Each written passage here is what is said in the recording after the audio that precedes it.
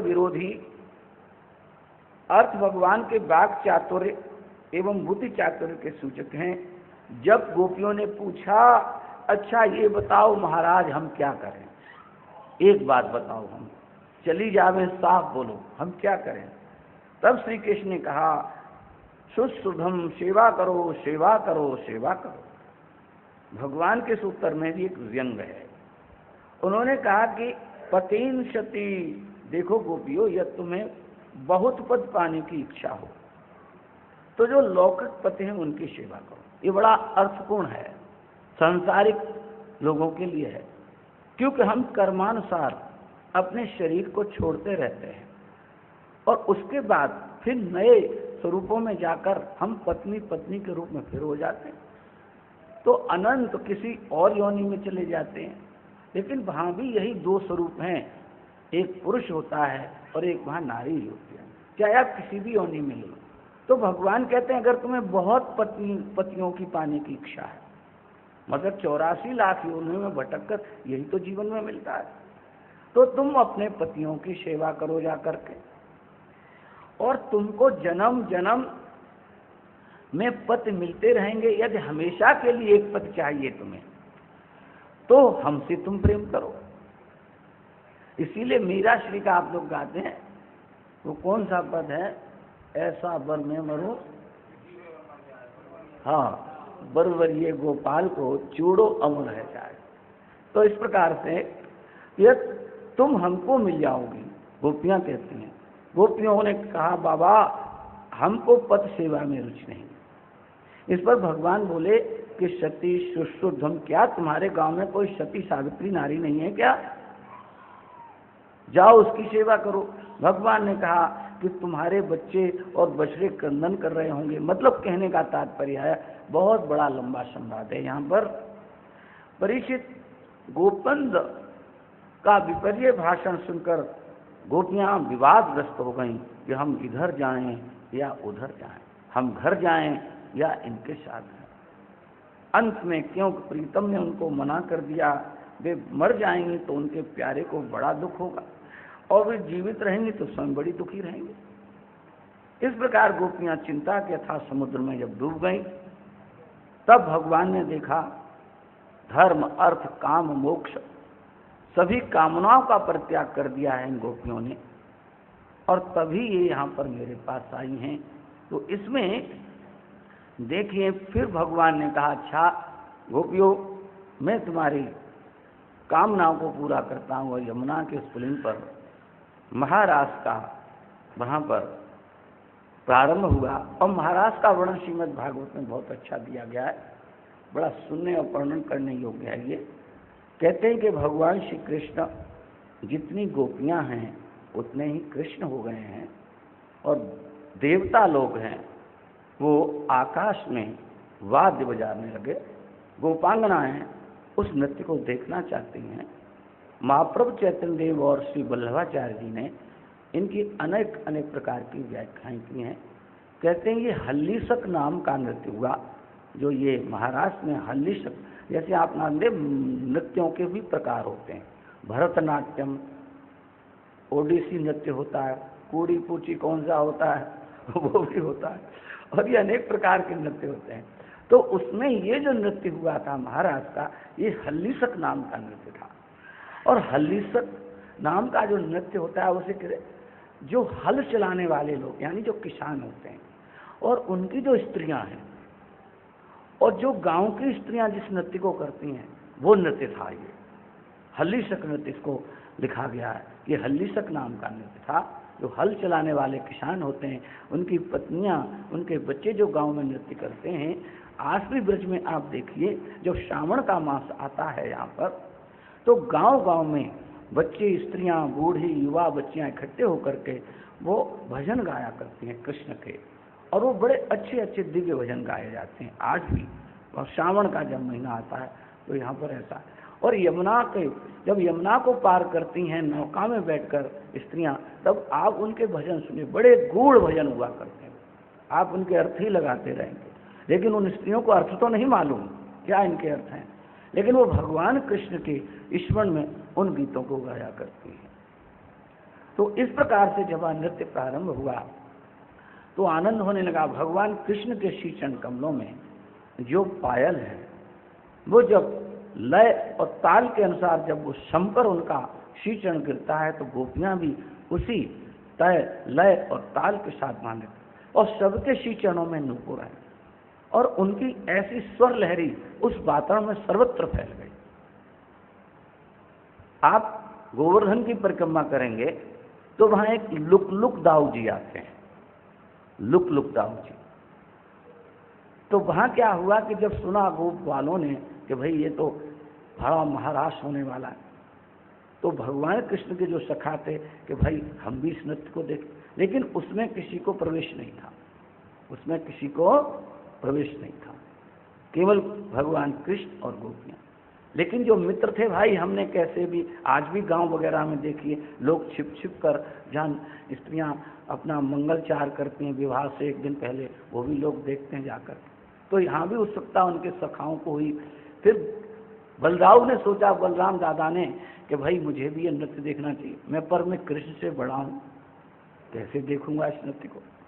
लेकिन मन नहीं माना बलराम का और बोले कि अगर ये मनसुखा वगैरह मेरे साथ रहेंगे तो गड़बड़ होगी, इसलिए मैं छिप कर देखूंगा। तो उस पहाड़ी पर कहते हैं बलराम जी गए और छिप कर बैठ गए।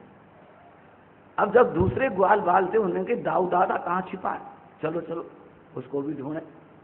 तो दाऊ दादा तो उन ग्वाल बालों को छोड़कर एक पहाड़ी पर छिपकर आकर बैठ गए कि ये रहेंगे तो शोर मचाएंगे, गड़बड़ होगी, और मैं कृष्ण से बड़ा हूँ, जेठ हूँ, तो कम से कम थोड़ी मर्यादा।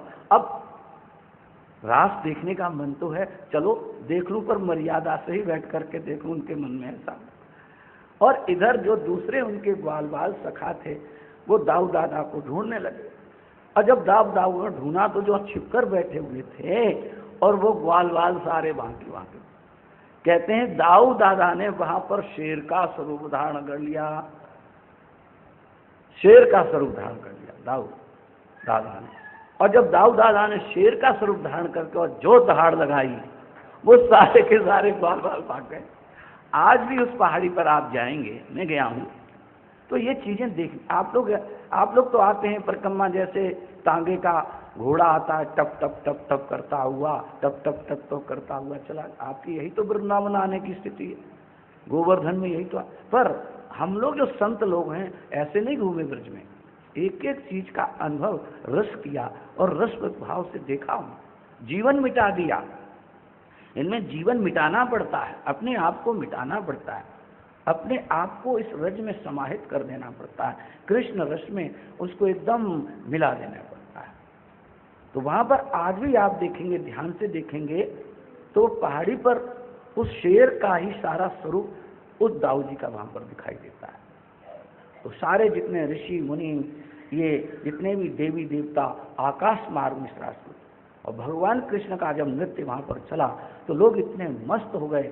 देवांगनाएं जो विमानों पर बैठी थी वो मूर्छित होने लगी, उनके जूड़े खुलने लगे, उनके ये उत्तरी प्रधान गिरने लगे और वो विमान में ही बैठी बैठी बेहोशी होने लगे। ऐसा दिव्य भगवान का सौंदर्य, भगवान का स्वरूप, उन रात्रों का यमुना का स्वरूप, ऐसा दिव्य वहां पर आनंद हुआ। और जब इस प्रकार की स्वर लहरी और संगीत, जब नृत्य शुरू हुआ तो नृत्य करते करते भगवान, इसमें लिखा है, श्लोक दिया है सुखदेव महाराज, बाहु प्रसार परिरंभ कराल कोरुनिवि, आहा, एकदम देखा जैसे ही भगवान बाहु प्रसार परिरंभ, हाथों को फैलाया गोपियों ने, कृष्ण आओ आओ, सब मिले मिलकर, और इतने आनंद में वहां पर रास रहा। और जब रास खूब होने लगा तो गोपियों के मन में थोड़ा सा एक ये भाव आ गया कि हम इतनी मधुर हैं, हम इतनी सुंदर हैं, हमारे सौंदर्य को देखकर, हमारे प्रेम से अभिभूत होकर प्यारे कृष्ण हमारे साथ नाच रहे। यहाँ कथा से सीखना, जब तक हम इनके रहस्यों को नहीं जानते तब तक संसार के लोग इस पर आक्षेप कर सकते हैं, लेकिन जब आप रहस्य समझ में जाएंगे तो ये आक्षेप आपकी बुद्धि में कभी आ ही नहीं सकता। भगवान भगवान है, काम उनके पास नहीं है, काम उनके समीप नहीं है। और जब काम उसके समय आया तो भगवान के उस सुंदर रूप को मोहित होकर के काम भी कहते वो मूर्छित हो गया। जो काम सोचता था, जब उसने अपने काम बाणों का अनुसंधान भगवान कृष्ण पर जब रास होने लगा, तब कहते हैं भगवान ने ऐसा अपना सौंदर्य रूप प्रकट कर दिया वहां पर, कभी काम उनके रूप को देखकर मूर्छित हो गया, गिर गया। हाँ, मैं ही सोचता था मैं ही सुंदर हूं, पर नहीं, ये तो मुझसे भी। और उनके रूप को देख, वैसे पुरुष पुरुष पर मोहित नहीं होता और नारी नारी पर मोहित नहीं होती, लेकिन यहाँ अजब कश्यप का प्रसंग हुआ कि काम भगवान को देख करके मूर्छित हो गया, गिर गया। और भगवान कृष्ण ने कहती है जो कामा बनाता है वहीं पर काम गिरा था जाकर के। 84 कोष पर जो काम बनाता है, इसलिए उसका नाम रखा कि वो ब्रजराज जब लीला हुई तो वहीं पास में, और काम वहीं मूर्छित होकर के गिरा, इसलिए उसका नाम काम मन रख दिया गया। तो जब यहाँ पर गोपियों के मन में ये आया कि हम अति मधुर, हमारा प्रेम, हमारा सौंदर्य देखकर कृष्ण हम पर आकर्षित, और इसलिए रास के लिए प्रसन्न हुए, महारास कर रहे हैं, नृत्य कर रहे हैं, तो भगवान ने कहा ओहो, ये गोपियों का मन मेरे से हटकर अपने शरीर पर चला गया। यही भगवत तत्व है, इसी को परमात्मा तत्व कहते हैं। भगवान में काम नहीं है। संसार के जो शब्द, स्पर्श, रूप, रस, गंध, जिनसे ये सामान्य प्राणी विथित है, इसके अंदर हैं। हम पंच तत्व से निर्मित हुए हैं, लेकिन भगवान का पंच तत्व से कोई, वो तो दिव्य है परमात्मा। और जब उनके मन में ये आया गोपियों के, हम सुंदर हैं, हमारे प्रेम को, तो भगवान ने कहा इनके मन में शरीर आ गया, मैं नहीं रहा। इसी से सिद्ध होता है कि भगवान कामी नहीं है, भगवान काम का शमन करने वाले हैं। प्रेम जो हम लोगों का होता है वो शारीरिक प्रेम पर टिका हुआ है, उसमें काम है, लेकिन भगवान के काम में काम नहीं है, वहां विशुद्ध प्रेम है, स्नेह है, वो शरीर से हटकर होता है प्रेम। और जो शरीर से हटकर प्रेम होता है उसी को ऊर्ध्व प्रेम कहते हैं। वही संत ऊर्ध्व रेता हो जाते हैं जो शरीर से हटकर अपने दिव्य शरीर का उन्हें भाव होने लगता है और अनुभव गम्य होकर वो आनंद में डूबने लगते हैं। तो वहां पर फिर वो काम नहीं रहता, प्रेम रह जाता है, शरीर नहीं आता वहां, केवल एक स्नेह है, विशुद्ध प्रेम उसको कहा जाता है, वो ही भगवान में। तो भगवान ने सोचा कि ओहो, इनके मन में इनका शरीर आ गया, तो भगवान अंतर ध्यान हो गए। जब इससे कथा से मिलता है, जब जब तुम्हारे मन में शरीर आ जाएगा तब तब भगवान तुमसे दूर हो जाएगा, तब तब परमात्मा तुमसे दूर हो जाएगा। जैसे ही तुम्हारे मन में भगवत तत्व का आविर्भाव होता है, परमात्मा तुम्हारे पास होता है, तुम्हारे पास तो है ही, लेकिन तुम आत्मभाव से वंचित हो जाते हो। उसी क्षण काम भाव में तुम चले जाते हो, आत्मभाव से तुम वंचित हो जाते हो। और भगवान कृष्ण ने भी यही कहा कि वो रास करते करते अंतर्धान हो गए, भगवान अंतर्ध्यान हो गए। और जब अंतर्ध्यान हो गए भगवान, तो देखा कि जिसके लिए हम घर छोड़ करके आई हैं, और वो ही जब रास में नहीं है, तो गोपियां, रास बंद हो गया, पैर जहां थे वहीं ठिठकते रह गए। तो भगवान अंतर्ध्यान हो गए। रात्र का समय था, रात तो चांदनी थी, लेकिन भगवान आगे आएगा कि भगवान कहीं अंतर्ध्यान नहीं हुए। गोपियां जो नृत्य कर रही थी, नृत्यावेश में, किसी की चुन्नी इधर उधर गिरियां पड़ी हुई थी, तो भगवान ने गोपी की चुन्नी ओढ़ ली और वहीं वो बैठ गए, आराम से छिप गए। वनखंड तो था ही, गए कहीं नहीं थे, वहीं उनका मान मर्दन करने के लिए और उनको ज्ञान देने के लिए कि मेरा जो शुद्ध विशुद्ध स्नेह है उसमें शरीर नहीं आना चाहिए। अब आप कल्पना करो, जो चीरहरण की भगवान ने लीला की, वो वही वसन और वासना, गोपियों में जो वासना थी, उस वासना का हरण करने के लिए भगवान ने गोपियों के वस्त्रों को चुराया था। वसन कहते हैं वस्त्रों को। वासना का हरण करने के लिए भगवान ने उनके वस्त्रों को उठाया और इनके वचनों को हराकर उनकी वासना, उन्हें तत्व ऊर्ध्व ज्ञान की, ऊर्ध्व प्रेम की ओर उन्मुख किया गोपियों को। और वही प्रसंग यहाँ पर है कि भगवान उनसे क्यों अंतर्ध्यान हो गए, कि इनके मन में शरीर आ गया, अपना सौंदर्य आ गया, तो भगवान अंतर्ध्यान। अब जिसके लिए हमने घर बार छोड़ा, सगे संबंधी पति को छोड़ा, और हम अब वही जब हमारे बीच में नहीं है तो क्या होगा? सन्न गोपियां सन्नसी रह गई, एकदम जैसे कि मानो उनमें उन्हें काठ मार गया हो, कुछ भी नहीं रहा। अब सब बैठ गए, क्या करें? हमारे प्यारे तो अंतर ध्यान हो गए, चले। तब गोपियां वनों में ढूंढने लगी भगवान कृष्ण को। और इसमें जो गोपियों की लीला है बड़ी भावमयी लीला है। अब जब प्यारे चले गए तो उनका मन अपने शरीर से हट गया, अपने सौंदर्य से हट गया। अब कहां चला गया? कृष्ण में मन चला गया। कृष्ण थे तब उनका मन उनके शरीर में चला, और कृष्ण चले गए तो उनका मन शरीर से हटकर कृष्ण में आ गया, कृष्णमय उनका मन। अब गोपियां सोचने वन में ढूंढने लगी, वन में पेड़ों को पूछती हैं, लताओं को पूछती हैं, और वो वहां पर वो कहती हैं ये क्यों बताएगी, वो क्यों बताएगा भाई, क्योंकि इनसे इनका प्रेम है, स्नेह है। गोपियां ऐसे उल्हाने भी उन वृक्षों को, लताओं को, वल्लरियों को देती हैं और घूमती हैं। अंत में जब वो थक जाती हैं तो किसी ने कहा कि जैसे जैसे तुम आगे बढ़ती जाओगी कृष्ण भी इस वन खंड में छिपते चले जाएं, और उनके श्री चरण बिल्कुल उपाहन विहीन हैं, और उनके श्री चरणों में कंकट लगेंगे, कांट। पर लक्ष्मी जी ने पहले से उसे सुधार रखा है, बढ़िया बना रखा है कि हमारे स्वामी रास विहार करेंगे, आनंदमय भूमि। अब गोपियां बोली, सोचिए, एक ने कहा अरे भैया जहां वस्तु खोई जाती है वहीं ढूंढना चाहिए, जहां वस्तु खोई जाती है वहीं ढूंढना चाहिए। और कहते हैं आगे चले, जब चले तो उन गोपियों ने एक बड़ा विचित्र दृश्य देखा। क्या देखा? कि वहां उन्होंने देखा भगवान कृष्ण के चिन्ह हैं, और दूसरे चिन्ह भी उन्होंने देखे, हो ये राधा रानी के चिन्ह हैं। उस रात में से भगवान कृष्ण लगता है राधा रानी के साथ यहाँ पर आए।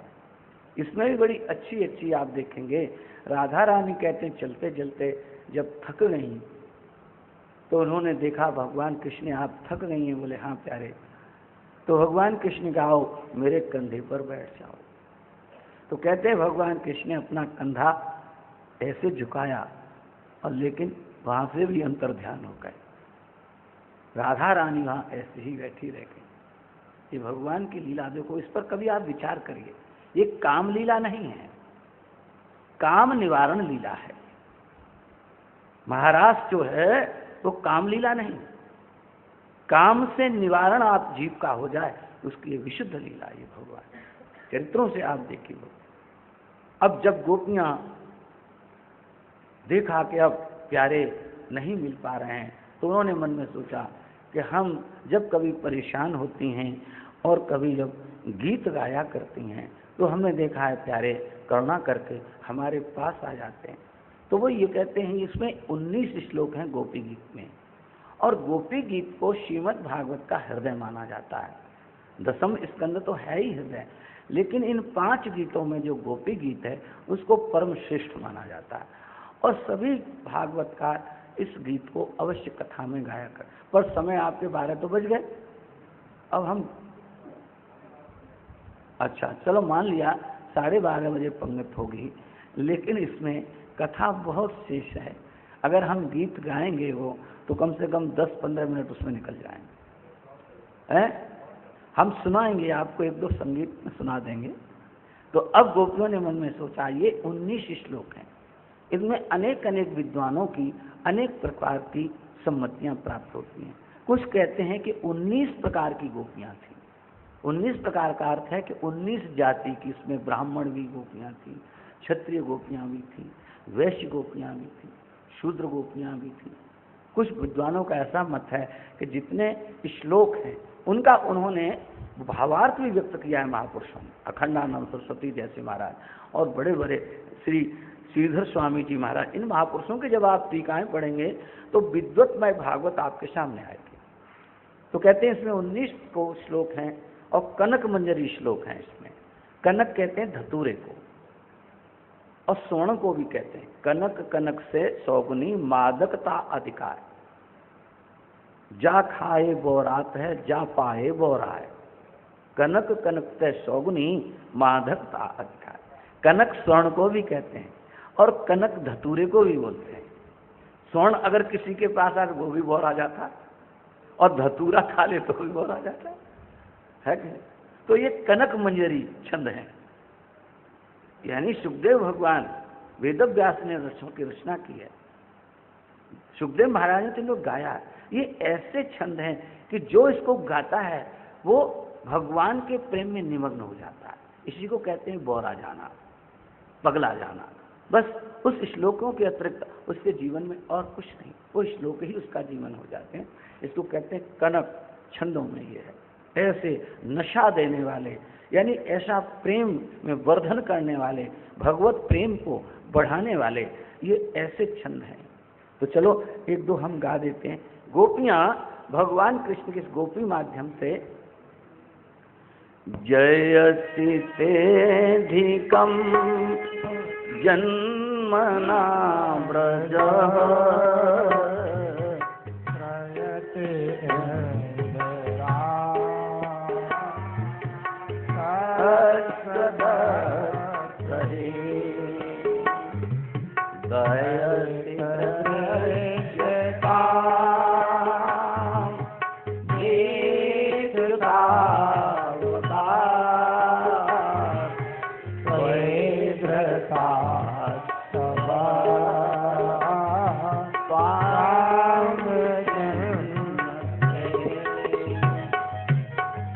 कहती हैं प्यारे, जयत जयतेधिकम जन्मना व्रज है। हे प्रभु आपकी जय हो, इस ब्रज की जय जयकार हो। और जब से आपका जन्म इस ब्रज में हुआ है तब से ये ब्रज और भी जय जयकार योग्य हो गया। तब से समस्त ब्रह्मांडों में, विश्व में इसकी जय जयकार हो। श्रीमद, इसको जय जयकारिता का श्रीमद तिलक लगा दिया गया श्री ब्रज धाम को। गोपियां कहती हैं, हे प्यारे, कि प्यारे ब्रज तो स्वभाव से ही सर्वोत्कृष्ट है, विजयी है, किंतु जब से यहाँ तुम्हारा जन्म हो गया, तुम प्रकट हो गए, क्रीड़ा करने लगे, तब से यह और भी विजयी हो गया। अरे बैकुंठ से लक्ष्मी जी की सेवा होती है, परंतु यहाँ तो एक वृक्ष और लता के यहाँ तक धूल के एक एक कण की लक्ष्मी स्वयं यहाँ आकर के सेवा कर रही है। इस प्रकार का ये ब्रज है। देखो तुम्हारी गोपियां जिन्होंने तुम्हारे अंदर अपने प्राणों को रख दिया है, तुमको ढूंढती हुई डोल रही हैं। त्वये धृता सवस्त्वम, त्वाम धृता सवस्त्वम। इसका मतलब जिन गोपियों ने तुम्हारे अंदर प्राण रख दिए हैं।